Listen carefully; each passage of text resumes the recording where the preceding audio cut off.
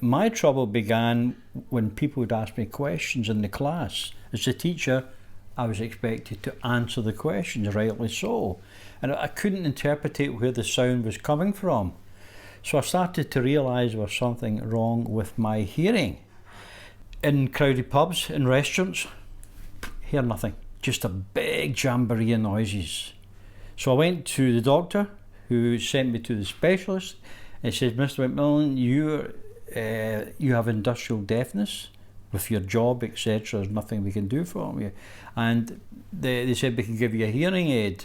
I said, I'm not too fussy on National Health hearing aids because there are big things about this size. And I've only got a wee head. So really I wasn't that interested.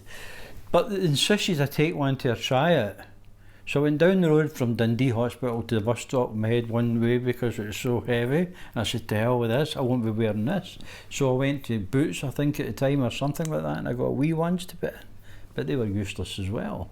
So I saw Colin, it must have been an ad or something, and I phoned him, and Colin came to me rather than me going to Colin.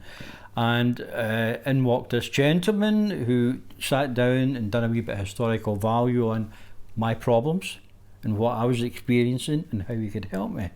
And I showed him my existing hearing aids.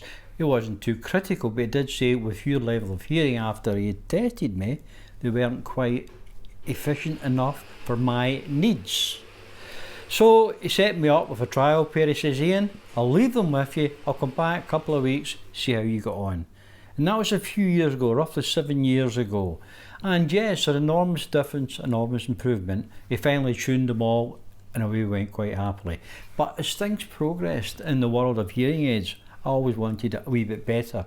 So every time a better one came out, Cole would say, there is another one here if you want to see it, you want to try it. You're very welcome. I go by to Dundee, I'll pop in any time.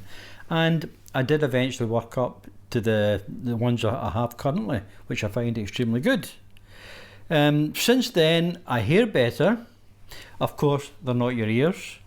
Nothing can replace your ears. But I do hear better. I can stand up in conferences. I don't feel embarrassed. First of all, I felt embarrassed because I never thought I would be impaired in any way.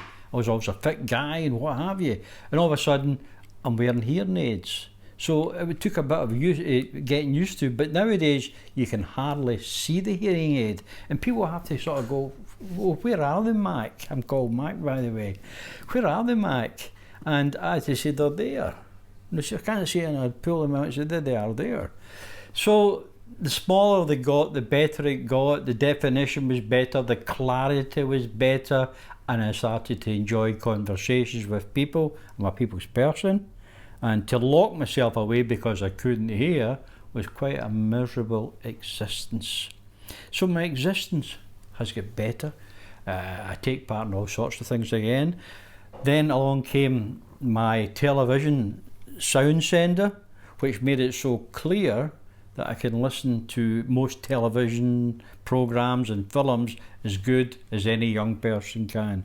So it's complete freedom from deafness, as much as a machine can be.